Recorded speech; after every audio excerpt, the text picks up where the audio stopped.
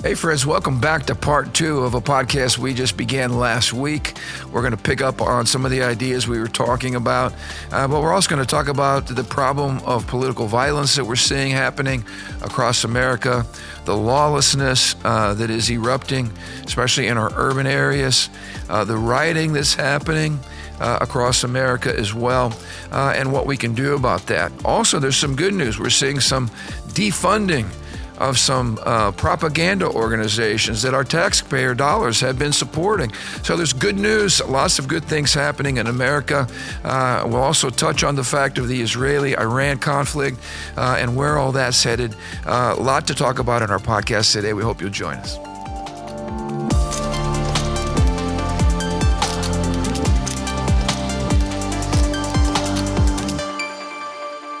So let's talk a little bit about, maybe this is a good transition.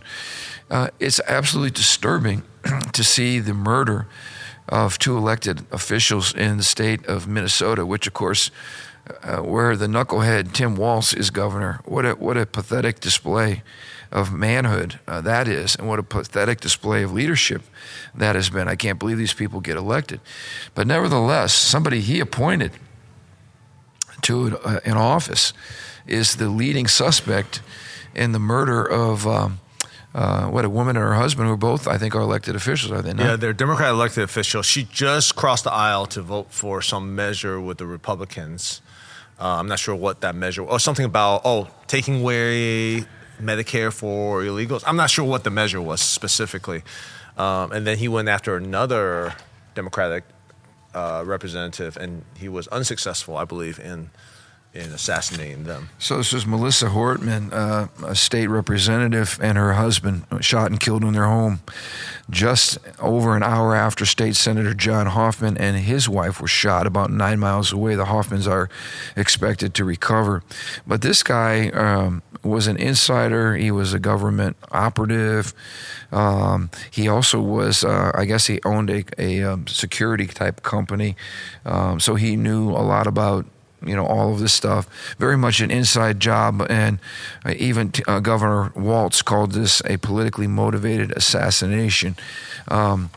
Interestingly enough, I just saw where Walz removed all the positive tweets he had for this guy on his social media. So he's scrubbing his social media account because he actually supported this guy and said nice things about him and actually put this guy in power. But this is really, really disturbing when the left are killing their own. I mean, we've seen them kill people on the right now for years and use political violence. We talked about this, though. Why is it that when you reject God and you reject a proper, balanced view of government, you resort to murdering your opposition? Like we said, it's a big step to cross the line between simply disagreeing and having a good argument and actually, throwing rocks, lighting things on fire, destroying property, burning cars, or assassinating people. Where's all that come from? Yeah, and why is the left? I guess why is the left tend to specialize more on this? Not that there hasn't been some isolated incidents for those on the right, but this is becoming normal behavior for people on the right. Well, there was another shooting in Utah during one of the No Kings protests. I think it was in the crowd. I'm not sure specifics. I don't know who's involved. Now, also trending on X for a couple weeks now is the phrase 8647. Have you heard about that? Yeah. It started out with, who said that? It might have been a congressman or a senator, someone, and the phrase, for those who don't know, 47 represents Donald Trump. He's the 47th president. 86 apparently is a term to eliminate. It was one of the folks under the Biden administration that posted. Oh, that. Yeah, it was the former FBI, a bunch of seashells. And then he acted dumb, like, I didn't. Yeah. He knows exactly what it was. But again, when you're seeing women out at the protest, let's call it what it is, the riot, holding that, or that teacher that was arrested in Indiana, or not arrested, but she was forced out of her job because she's standing in front of the White House on a field trip with her kids wearing an 8647, which means kill the 47th president, on a field trip. This is a public school teacher. Like, I wouldn't want that person near my children. What a wacko. But these are people that are teaching our kids in public schools. Well, it's like, well, it's just a Twitter post. It's just an X post. Now, this is the difference between free speech, okay, and the ability to express yourself, and normalizing political violence. And you're wondering, why is this happening? It's because they normalize they call you a Hitler, they call you a Nazi, they call you all kind of names. They say you're the worst person known to mankind. You're Threats the worst to democracy. Threats to democracy, existential threat. We will not survive this presidency if this person's elected. I mean, these are just radical, stupid comments that incite fear in useful idiots. That's the problem. And they have used tons of imageries, the last 8 years, talking about Trump and Republicans and whatnot. So with those kind of rhetorics in place, now you have people who are actually executing on those things. Now, I know there's this, people say that's on both sides and stuff like that, but I mean, the trend, the amount of vitriol towards Donald Trump, I would think is unheard of. I've never seen anything like this. The amount of violent speech towards him. You've always had political disagreements, and you've always had people that have sometime let their rhetoric get a little out of control, but not to this degree. I mean, this is unhinged. I mean, literally, we talked about this. Trump derangement syndrome is a real thing. These people are deranged. But I guess my point was, this is what happens when all you care about is power. For us, an election comes, an election goes. Oh, hey, we won, we didn't win. Hey, well, we'll get them next time. Let's go on with our lives. That's not how those people think. Like, their whole universe revolves around whether or not their candidate gets elected. And some of it, I get it, because their funding comes from that person. A lot of their life is dependent upon the system supporting them. But your average person who's got a real job, raising a family, working hard, I mean, after the election's over, we're like, okay, well, we'll have another presidential election in 4 years. We're not figuring out how to destroy people, steal votes, burn things up, rape and pillage. But that's the way you think if your whole world is political and your whole world is about power. So again, this is another problem with those who don't share a biblical worldview. It's called lack of perspective. I would also say a lot of what we're seeing in regards to the general unrest, the fear, the people that can't function, they're so emotionally weak, all the gaslighting. I mean, we're seeing this with the media. I mean, this is a winner take all, and we must win kind of a war for these people, and it's really pathetic because it's just not that. It should not be this important to us. Yes, government's important, but it should not. If government is so big that it controls so much of your life, then we have a massive problem. And I believe we have a massive problem, because that's exactly where government is right now. I want to talk about the gaslighting that's happening. I don't know if you saw, but our friends over at the Babylon Bee won an award at the Heritage Foundation. Oh, really? I'm not sure what the award was, but I was reading about it. But this was a funny take for Babylon Bee. And we have Wolf Blitzer here. New tonight. Peaceful night, as most cars not on fire. and then we had the iconic photo of the gentleman standing on the car that's been burned out, with his pants hanging down, camo pants, his shirt off. He's wearing a mask. He's got a bandana wrapped around his head and waving a Mexican flag. And it says, the headline, "Illegals Help Film Republican Presidential Campaign Commercial." And yet you hear Democratic officials and you hear the news acting like we are absolutely idiots. This was a mostly peaceful protest when we're watching the flames and the smoke and the blood in the background. I mean, I don't know. Do they just think we're stupid? There's too much social media now, too much live footage, too many people with phones capturing all this stuff to suggest that we're just going to go, peaceful protest. And we're not stupid. I mean, how long are they going to keep playing this game? It's mind-boggling. I'm trying to think of, I want to go to the leftists and say, hey, what is your favorite nation, country? Like, what is your ideal, like some African, so imagine go to African nation and start burning stuff, and start waving American flag. Why are you here? What do you think the African police is going to do to you? They're going to take pictures and interview you? Or they're going to just grab you, throw you on the ground, and throw you in jail? Well, did you see the Greta Thunberg, who again, bless Greta's heart. She's a victim of the left's grooming, global crisis. Climate grooming is what happened to her, and she got a few cameras put on her, and now she's running around the world creating chaos.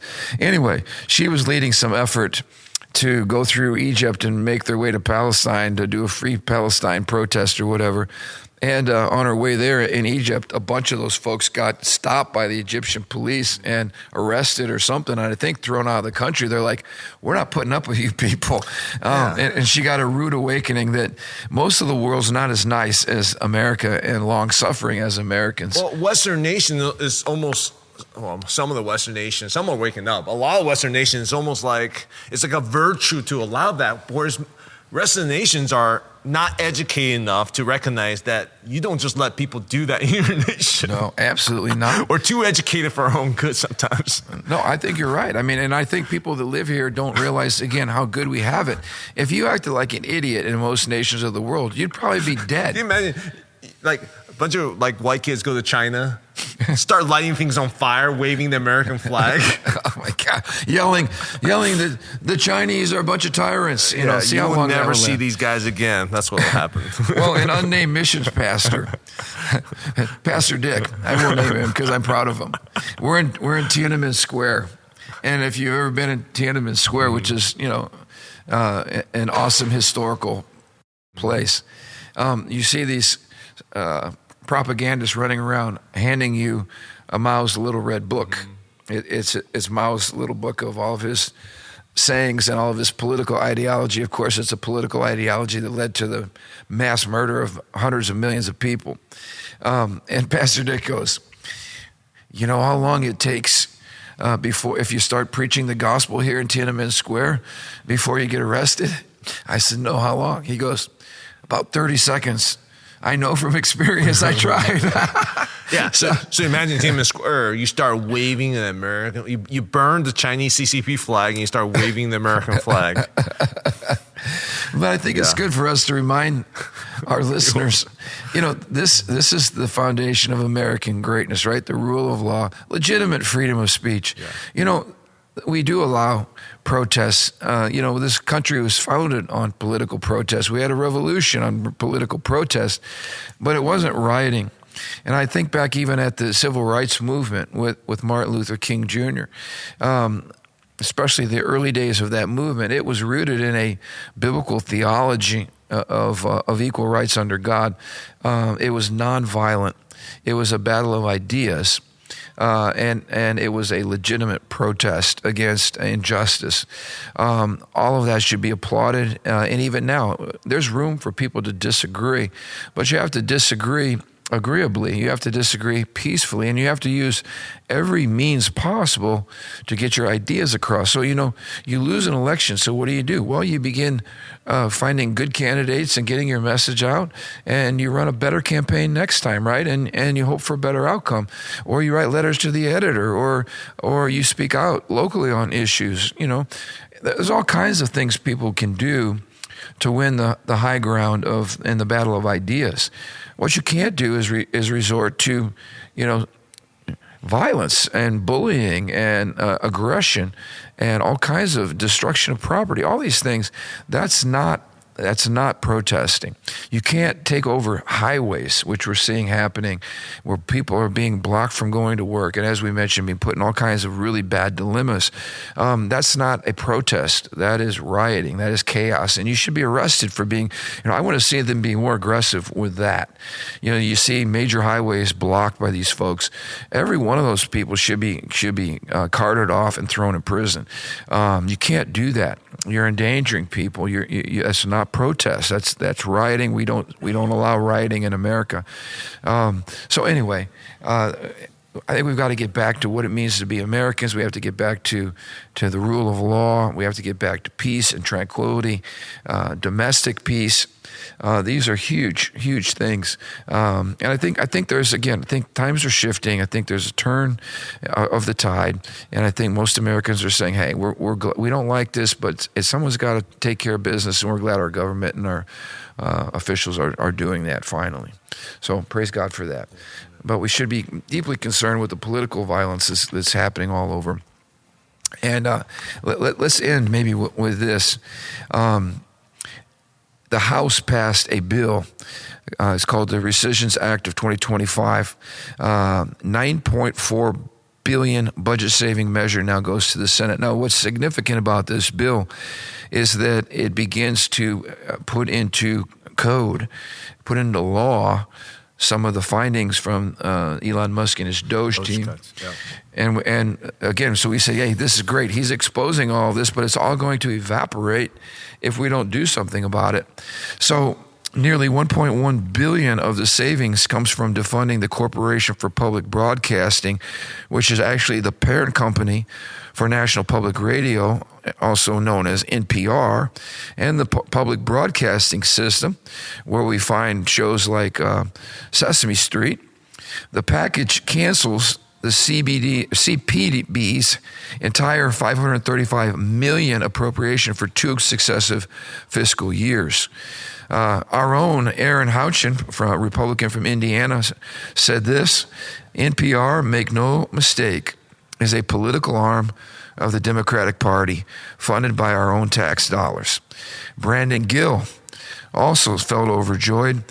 And as he voted to defund NPR's, he's a Republican from Texas, what he called NPR's, quote, taxpayer-funded circuses of woke insanity. He went on to say state-sponsored media has no place in America. This is a propaganda arm for the Democrats, and it's an arm that pushes their ideology. And as we shared, so much of Democratic blindness comes in the fact that on what they simply don't report. So what you choose to make as the news is also a function of your worldview. So if you're picking all kinds of woke things to promote, in fact, this is interesting, Sesame Street, a program dedicated to teach kids like the alphabet and stuff like that, is celebrating Pride Month. So here you got a program dedicated to early elementary school kids that's bringing all kinds of sexual perversion and bizarre stuff. It's basically, if you can imagine Sesame Street becoming a grooming institution for sexual perversion, that's exactly what's happening. What business do early elementary school kids have even learning about pride and LGBT, madness? But that's exactly what was happening with that show. So, of course, as planned, Hakeem Jeffries, a Democrat from New York, stands up in Congress and starts yelling, "Republicans are attacking Elmo," while he waves a little Elmo around. I mean, this is the best that these guys have. Are you kidding me? What a losing. This is common sense, okay? I don't think United States 50-50 right now, R&D. It's not. I think the more common sense people is way more. But whatever, say it's 50-50. Why should tax dollars, government money go to fund one side's agenda? It makes zero sense to anybody. So let's pause right there. So this is really, really good. How unfair would it be if Republicans sent a bunch of aid to support organizations and institutions where the money gets cycled back and the messaging, as you said, promotes your own agenda and the money supports your own candidates? So It not only happens with public radio, but how about Planned Parenthood? Yeah, exactly. I mean, the list goes on. All this USAID stuff. It's crazy. This is what we talked about earlier. It's like a lot of this grassroots woke moments. This the right side of history. No. It's not grassroots. It's not organic. It's orchestrated by our own taxpayers. So it's not even like they are raising a lot of money from billionaires, but a lot of the money comes from us. It makes zero sense to do that. Why don't we just keep the government not funding any Republican nor any Democratic mouthpieces? Ideology. Like imagine Babylon Bee. They probably will love a couple $1 million in aid from the U.S. government to promote their message. The point is this: no one is shutting these organizations down. If they want to exist and they want to continue to further their agenda, they can. The point is we're not funding it. And I'll just say this: lots of luck paying your bills and pushing the garbage that you're pushing if you're not getting a gravy train from the government paying your bills? We need to do this across the board. Trump's done this with the universities pushing all this, crazy pro-Palestinian nonsense where they're taking over campus and everything else. All he's saying is fine. If you guys want to promote this circus on your university campus, you can do it, but we're not funding it anymore. And nobody should be outraged about that. You're going to have to pay your own bills, and you're going to have to see if anybody else supports your agenda. Well, this is part of my frustration with public universities. I'm not talking about private, which apparently a lot of private university gets tons of government funding too. But our public university, I'm talking about Indiana University, Purdue, like public universities are getting tons of state funding, right? We're in Indiana, but every public university. And when they're pushing these political agendas, my question is, why are they doing that? Now, if you want to do that, well, send some money over to the conservative. Is Liberty getting state funding from state of Virginia to fund their political message? Right.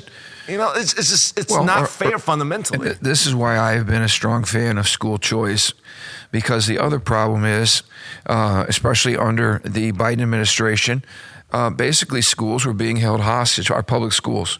You're either going to teach this subject, you're going to push this agenda, you're going to put cat litter boxes in your classrooms for kids who think that they're animals. You're going to put, like Tampon Tim up in Minnesota, you're going to put tampon dispensers in boys' bathrooms. Okay, so all this gets shoved down our throats through our public schools, and then if you're a Christian, you're told, and you go to school and you say, hey, I object to this. Well, sorry.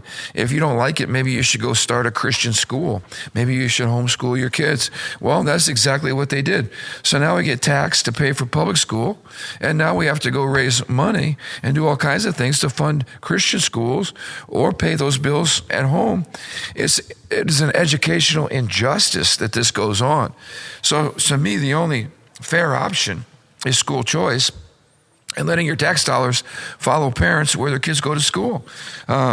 Because otherwise you get into the same thing that's happening, as we're pointing out, where the federal government is using tax dollars to promote things that are absolutely abhorrent to our values. Let me list a few others here that were, these were examples of wasteful spending that this package eliminated.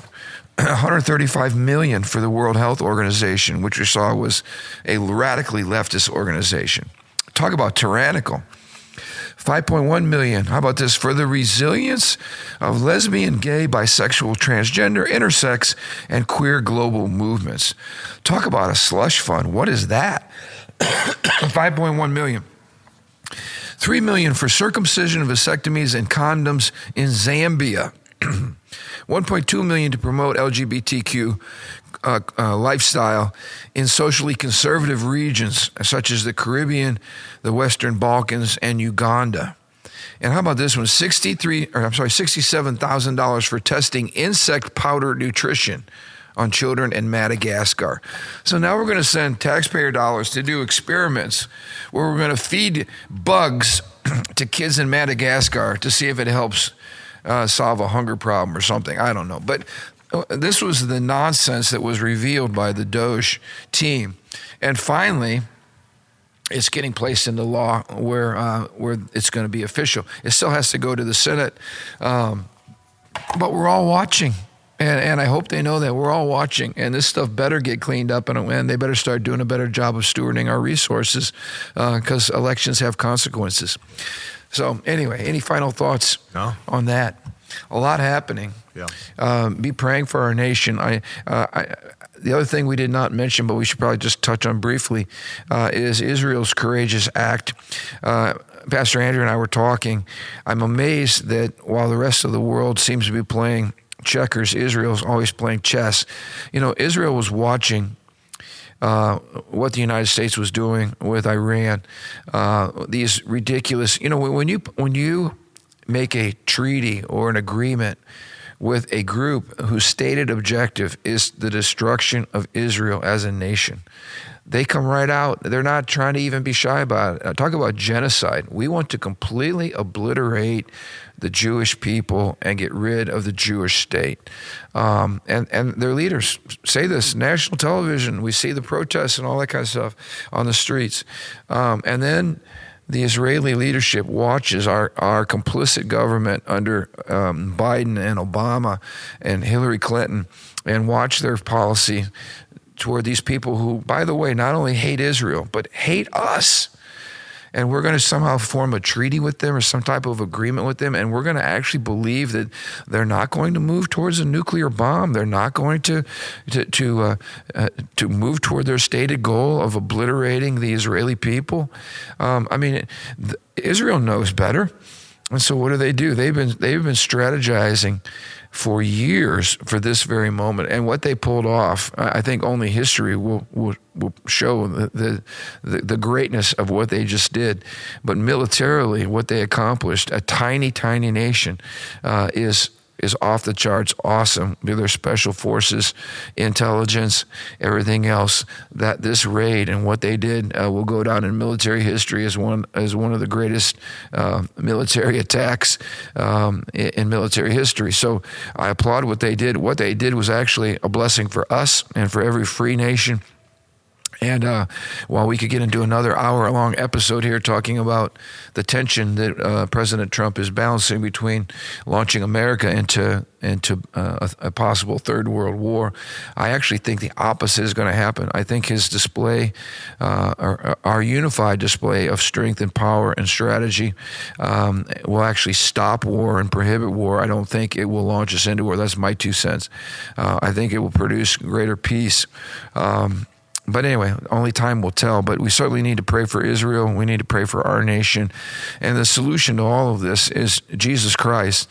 And I can't help but think all this is going on Father's Day, because the ultimate solution that we need are strong, godly fathers leading strong marriages, raising strong children.